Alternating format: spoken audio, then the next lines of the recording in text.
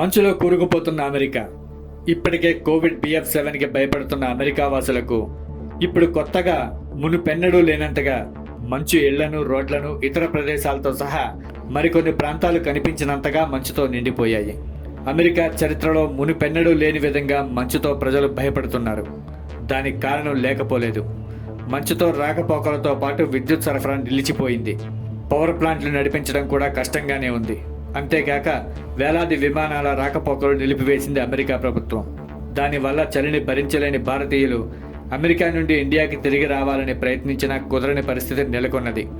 అంతేకాదు, మంచు తుఫాను ధాటికి ఉష్ణోగ్రత 0 డిగ్రీలుగా పడిపోవడంతో ఏకంగా 26 మంది ప్రాణాలను కోల్పోయారు.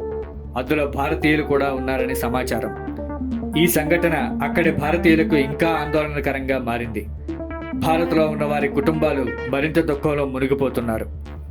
ఇలాంటి పరిస్థితుల్లో విద్యుత్ సరఫరా నిలిచిపోవడం వల్ల దాదాపు 16 లక్షల ఇళ్లు, ఇంకా వ్యాపార సంస్థలు అంధకారంలోకి జారుకున్నాయి.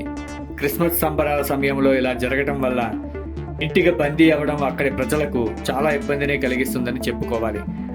అక్కడి దేశ ప్రజలపై మంచు తుఫాను ప్రభావం భారీగానే పడిందని అక్కడి ప్రజలు పేర్కొంటున్నారు. మునుపెన్నడూ లేని విధంగా మంచు తుఫాను కారణంగా 5,700 విమానాలను రద్దు చేశారు. మరికొన్ని చోట్ల మంచు తుఫాన్ దాడికి రహదారులను మూసివేశారు. ఇలాంటి పరిస్థితుల్లో అక్కడి భారతీయ ప్రజలు ఈ వాతావరణ మార్పును తట్టుకోలేక చాలా అనారోగ్యానికి గురవుతున్నారు. కానీ ఇక్కడ మరో బాధాకరమైన పరిస్థితులు చోటు చేసుకుంటున్నాయి. అవే కనీసం అంబులెన్స్ ఇళ్లకు వచ్చే అవకాశం కూడా లేకపోయింది. అన్ని చోట్ల మంచుతో కప్పివేయడంతో ఈ పరిస్థితులు చోటు చేసుకున్నాయి. మరి ఇలాంటి పరిస్థితుల్లో అక్కడి మన భారతీయులు ఎలా పోరాడుతున్నారో